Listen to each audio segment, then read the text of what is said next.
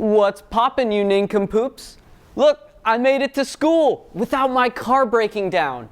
That's such a plus. Hey, you know what else is a plus? Having fun things to do while being in quarantine. So here are some fun things that can help your quarantine be just a little less boring. Hey, COVID cases are beginning to spike again, and more people are in quarantine now than prior. You might be wondering, what should I be doing? Or more importantly, what even can I be doing? This segment was originally an HP Bytes piece on Stacked the Burger Place. Unfortunately for us, we had some COVID-related problems. Fortunately, however, Stacked has a lot of online options and you can order for both pickup and delivery. You can also schedule orders if you're not quite ready to eat yet. Online ordering is the best no-contact solution and is super easy, but it doesn't just apply to food. You can also pick up school-related supplies like poster board or construction paper, anything you might need for those at-home projects and school-related assignments. If you're stressing about some symptoms or you're just coming out of quarantine, there are actually free COVID tests you can take at home. COVIDtest.gov has a lot of options that just require some postal information.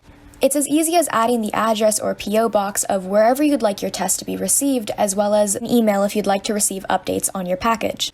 Your order will total out to $0 and they'll ship you an at-home test you can take easily. Now that we're through with what you should be doing, let's talk about what you could be doing. If you do find yourself in quarantine or with COVID, you might want to refer back to one of Campus Update's many food segments. There's definitely a lot of recipes there to explore. And although social distancing, quarantining, and masks have definitely put a damper on everyone's social life, there are still a ton of virtual options. Video chats are still always an option, apps like Zoom, FaceTime, and Skype. Technology is always an easy way to interact with your friends and family, whether through games or chat. Here's a couple of fast-paced options you might like to do instead. Quarantine cleaning, get some exercise, ride a bike, take a walk, go outside, poetry, journaling, painting, drawing, and just getting some well-deserved sleep. Wow, thanks you guys. Remember the olden days when people left the house and stuff happened? Me neither, but apparently lots of important historical events happened in January over the years. Here's a few cool ones to know about. Hey Oilers, let's take a dive into some important historical events that happened on this day in the past. This Monday, dating back nearly 200 years, gold was discovered at Sutter's Mill, beginning the gold rush and bringing nearly 300,000 people to California. 136 years later and 38 years ago, Apple released their first Macintosh, paving the way for new tech and the ever-popular computers seen today. 6 years later, on the same day, Japan will launch its first lunar probe into Earth's orbit, making this Monday, January 24th, a real step forward for technology. This week on Tuesday in history, the first Winter Olympic Games involving a total of 12 events in 6 different sports, taking place in the French Alps, would happen a day later in 1924. On the same day, January 25th in 1905, weighing over a pound, the largest diamond was discovered in South Africa, with an estimated value of $2 billion. I hope these next few days for you are as successful as they were in the past. Super neat! Now, as you know, the semester's almost over. Do you have some grades that are lower than you'd like them to be? Well, now's the time to be proactive, which may be hard, but to see if there's something you can do about it. Here's Everett with a pretty simple approach to helping your grades. What's good, Oilers? It's Everett, and since the semester's ending soon, you should open up your Chromebooks, look at your grades, look at your emails, see if there's any zeros you need to fix, and if there is a zero you should fix, then you should probably contact your teacher and raise your grade.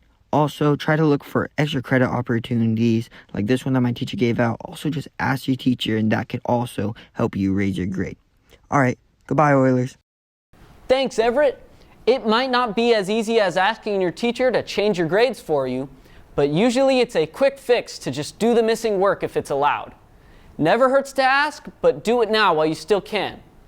In other news, Appa's theater department has their 10-minute play festival coming up. Kiki has the details on it. Hey Oilers, it's Kiki, here to tell you all about the 10-Minute Play Festival. Appa's dramatic production class has been working very hard to produce 10 student-written, directed, and performed plays, so be sure to support your fellow Oilers. Plays range from a variety of different styles and genres, from existential dramas to high-energy physical comedies, so there's certainly something for everyone to enjoy. There are 2 shows, each with 5 different plays and a Q&A section following the plays. The 10-minute play festival will be on Saturday, February 5th, with the first show starting at 2 p.m. and the second at 5. So many incredibly talented people have invested so much time and effort to bring their visions to life. Tickets are available at the door in the Black Box Studio or at appaware.org/accessories. Can't wait to see you there! Sweet! So I've heard that there are plans to make some of those plays into short films later this year. We'll definitely keep you posted on if that happens. Last but not least, Izzy recently traveled to a local comfort food classic that lets you bring your dog in with you to dinner. That just sounds like the best experience ever. So let's find out more on this hairy edition of... Hi Oilers, I hope you're having a good day. For this week's HB Bites, I'll be focusing on Lazy Dog. Lazy Dog is a restaurant and bar located just outside of Huntington Beach. They're open every day of the week, but their hours vary. Monday through Wednesday, Lazy Dog is open from 11 a.m. to 10 p.m. On Thursday and Friday, they are open from 11 a.m. to midnight. On Saturday, their hours are from 9 a.m. to midnight, and on Sunday, Lazy Dog is open from 9 a.m. to 10 p.m. They offer a variety of options and categories of food. The dog-friendly restaurant even has a dog menu. If you choose to bring your dog, you'll be seated on the patio. I went with my dog and my dad, but if you don't bring a dog or you don't have a dog, you can still enjoy the delicious food. You will just be seated indoors. The menus are filled with many delicious options, and depending on when you go, your options expand. For example, Lazy Dog offers brunch every Saturday and Sunday between 9 a.m. and 2 p.m. I ordered the soup and salad combo option, and my dad got a club sandwich with fries. It was really delicious and relatively inexpensive for the portions. I definitely recommend the chicken tortilla soup and the Caesar salad.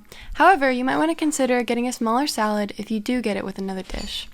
Overall, it was a really good experience. The food was fairly priced, the staff was both helpful and welcoming, and the food was very tasty. If you want to find out more about Lazy Dog, you can visit their website using this link, and if you're interested in the restaurant, you can check it out at this location. That's all I have for you today, Oilers. Have a great week! Thanks, Izzy! I would love to grab some food from there one time, with my hairball of a dog too. Well, that's the end of this week's show. And remember, dolphins sleep with one eye open. And you should too, because you're gonna die eventually.